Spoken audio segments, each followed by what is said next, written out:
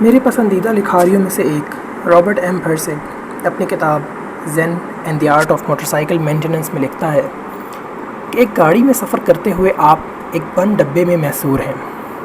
جو کچھ بھی آپ دیکھتے ہیں وہ گاڑی کی کھڑکی کے ذریعے دیکھتے ہیں جسے وہ ٹی وی اسکرین کی ہی ایک قسم قرار دیتا ہے. وہ کہتا ہے کہ اس طرح سے محض آپ ایک پیسو آبزرور ہیں، جبکہ موٹر سائیکل پر آپ کسی بھی فریم کے محتاج نہیں ہیں. آپ مکمل طور پر اس منظر میں بذات خود موجود ہیں. آپ محض اس کا مشاہدہ نہیں کر رہے بلکہ آپ اپنی تمام حصوں کے ذریعے اسے محسوس کر رہے ہیں. ایک موٹر سائیکل روڈ ٹرپ میری نظر میں آزادی کے اظہار کا ایک بہترین ذریعہ ہے. ایسا سفر جس میں آپ وقت کے بالکل بھی محتاج نہیں ہیں میری نظر میں بہترین ہے. جہاں آپ کا دل کیا وہاں آپ رک گئے، جو منظر آپ کو اچھا لگا وہاں جی بھر کر اس کا نظارہ کیا. ڈوبتا ہوا سورج، جلتی ہوئی لکڑی کی خوشبو، پرندوں کے چہچہانے کی آوازیں جو شہروں سے ہجرت کر کے کہیں دور جا چکے ہیں، اور اگر شہروں میں ہیں بھی تو شہر کے شور و غل میں ان کے چہچہانے کی آوازیں مان پڑ چکی ہیں.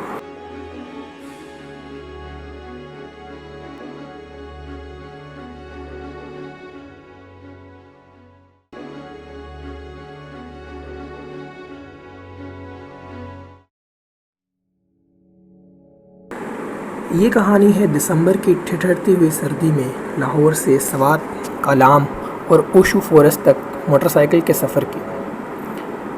سفر کے پہلے دن ہم لاہور سے بحرین پہنچے.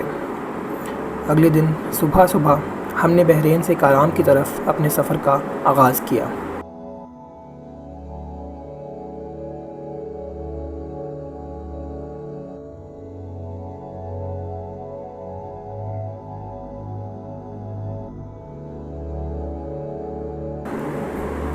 جیسے جیسے ہم کالام کی طرف بڑھتے رہے سردی کی شدت میں اضافہ ہوتا گیا.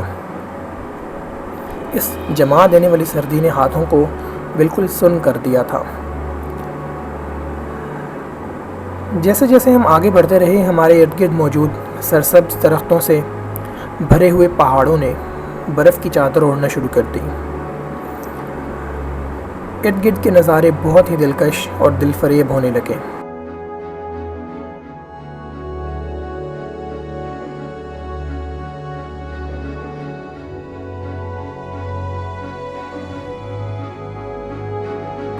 آخر ہم کالام پہنچے. یہاں پر چائے کے لیے ایک مختصر سا قیام کرنے کے بعد ہم نے اوشو فارسٹ کا رخ کیا. وہاں برف کی سفید پوشاک پہنے حسین و جمیل درختوں نے ہمارا استقبال کیا. صبح صبح کا وقت ہونے کی وجہ سے سڑک پر برف جمی ہوئی تھی، جس کی وجہ سے یہاں پر موٹر سائیکل چلانا مہارت اور تجربے دونوں کا ہی امتحان تھا.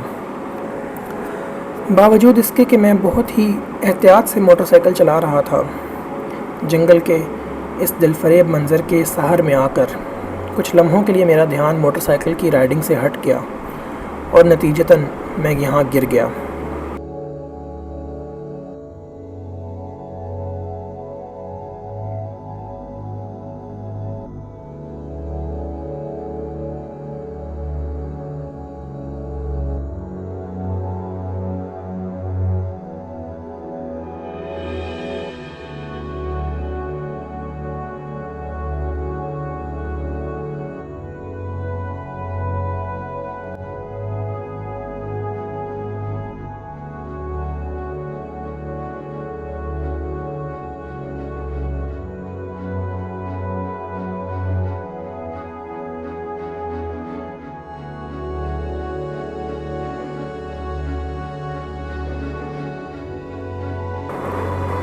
اوشو فارسٹ کے ان حسین نظاروں کو جی بھر کے اپنی آنکھوں، کیمرے اور یادوں میں محفوظ کرنے کے بعد ہم نے واپس کالام کی طرف اپنا سفر شروع کیا.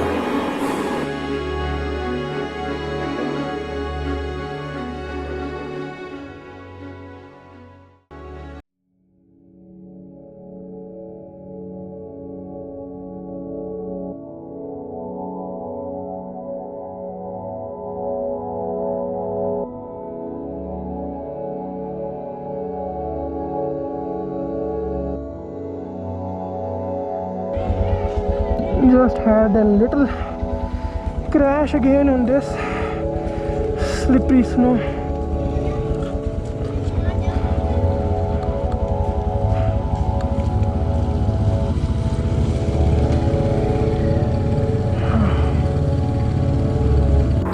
کالام پہنچ کر ایک مختصر سے قیام کے بعد ہم نے واپس لاہور کا راستہ لیا۔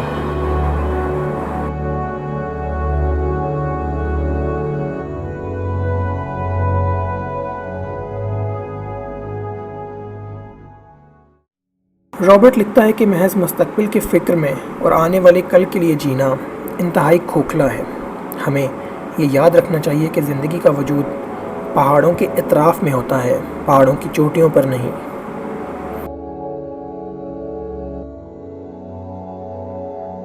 آگے جا کر وہ یہ بھی کہتا ہے کہ وہ سکون کے متلاشی جو ویرانوں میں یا کسی پہاڑ کی چوٹی پر سکون کی تلاش میں جاتے ہیں، انہیں یہ یاد رکھنا چاہیے کہ وہاں انہیں وہی سکون ملے گا جو وہ اپنے ساتھ لے کر آئیں گے۔